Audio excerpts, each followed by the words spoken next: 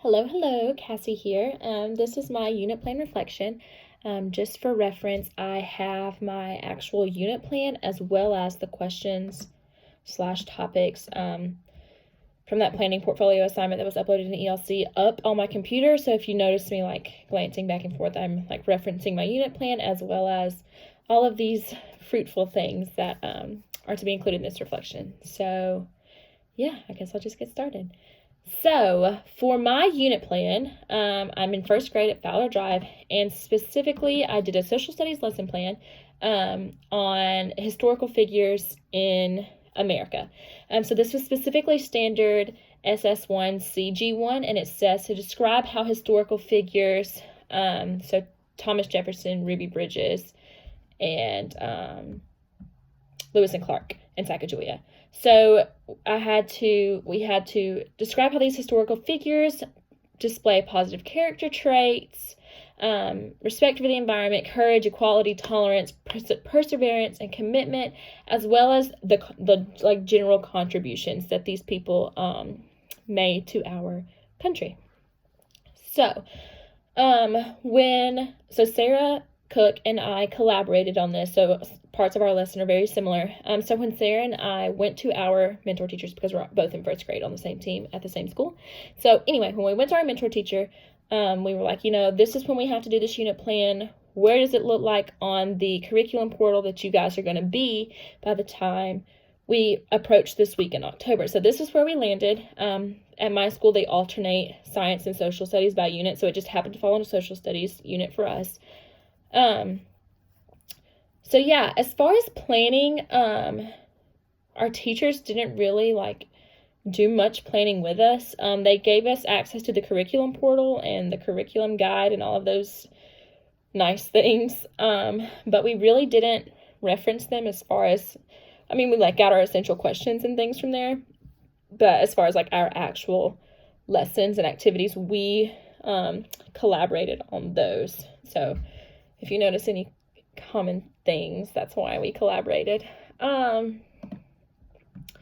yeah, let me scroll down here. So those were the standards. So it asks what the assessments that will determine if the standards were met. So at the end of every day, we did some sort of worksheet basically, where the students were informally assessed on the things they learned that day. However, we were really proud of this. So at the end of the unit, they got to play this basketball game where we had a list of questions for them. Basically of questions, things that they had learned over the course of the unit. So some examples of those questions would be, where was the school Ruby moved to? New Orleans. If they got the answer correct, then they got the opportunity to shoot a trash ball into the trash can to earn points for their team. So we just split the class in half, created teams that way. And we have 27 questions, so that allowed each team to go at least 13 times. So everybody on the team had more than an opportunity to answer once. We also allowed the students to phone a friend for this specific thing instead of it wasn't necessarily now it's specifically your turn. We allowed them to work collaboratively as a group. We encouraged them as it became their turn to answer the question. However, they were given the option to collaborate with their team if that is what they chose. So differentiation on the instruction that we did, we basically just kind of so that's very different for both of our classes. We took instead of I'll talk about me. I, for the purpose of my class, took things that I knew my students needed and put that in for differentiation. So for example, one of the things is, I'm sorry, this is so horrible, me going back and forth. One of the things would be, so they could so I would pull small groups when it came time to do the worksheet to work with specific students, and not even necessarily because they so I pulled different types of small groups. One day I pulled a small group because I felt based on how they interacted with the large group that they might have a little bit of a harder time doing the worksheet. So one day I pulled a group like that. Another day, I think it was the third day, I literally pulled the group of students that cannot sit still in their seats and focus long enough to finish anything. So that was a small group I created because I felt in that specific situation, they were who needed my attention more because they just weren't able to, they were just riled up, not able to complete the task at hand.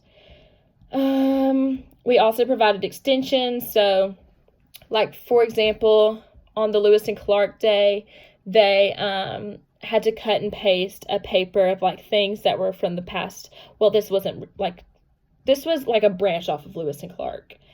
And Sacagawea, and all of them really. It was the part of the standard that addresses past versus present. We just did it and underneath the Lewis and Clark lesson plan.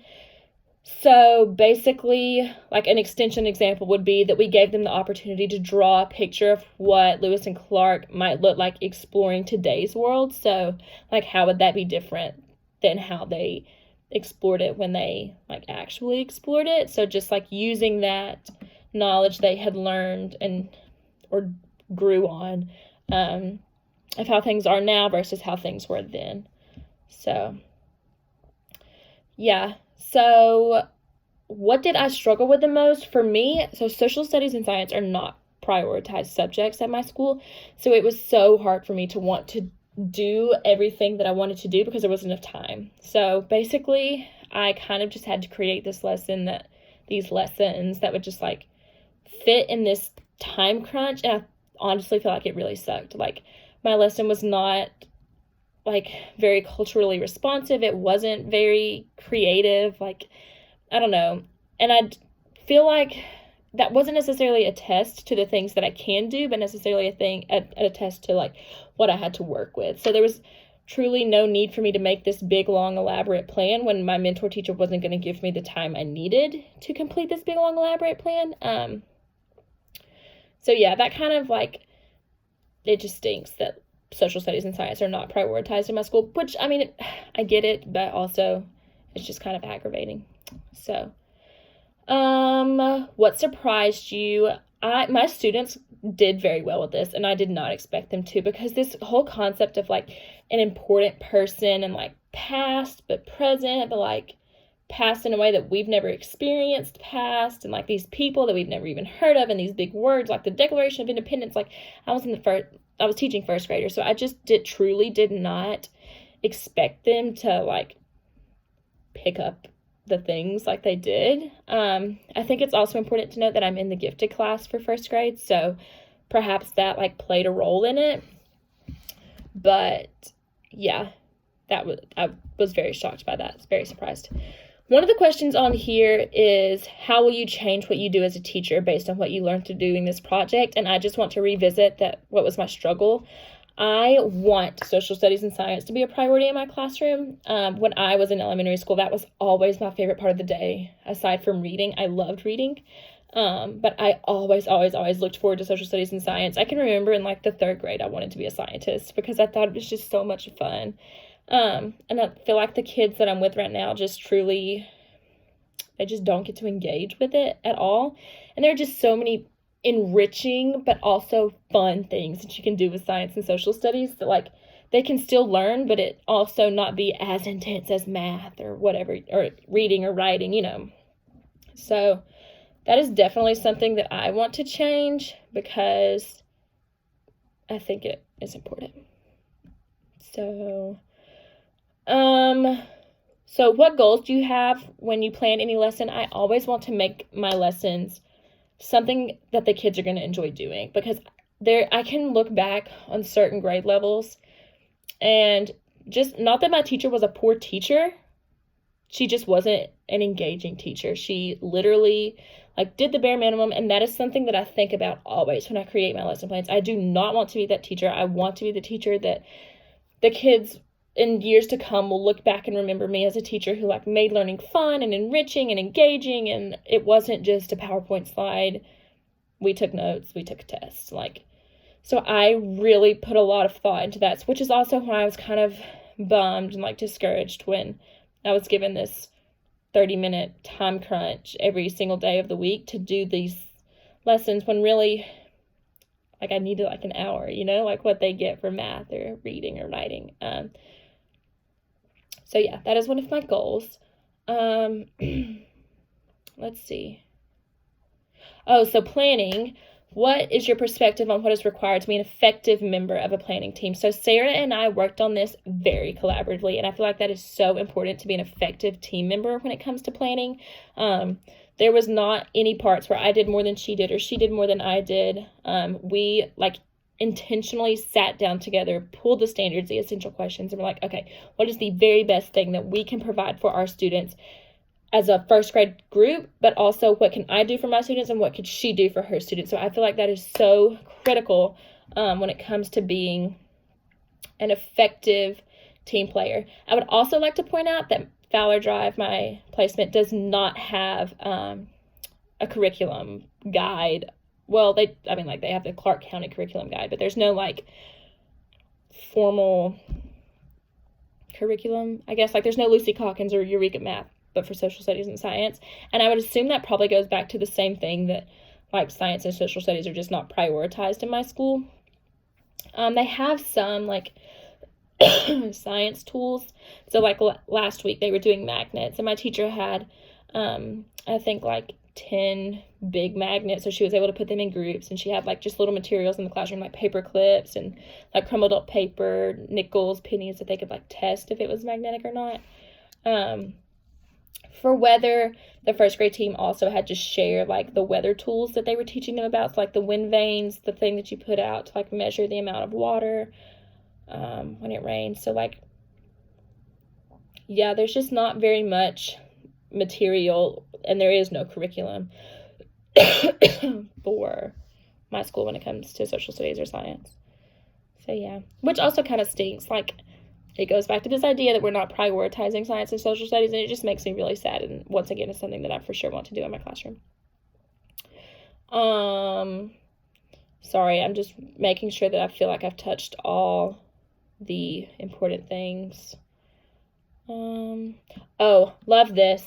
What have your children taught you this semester, specifically through my lesson plan? Hear me out. It is okay to mess up.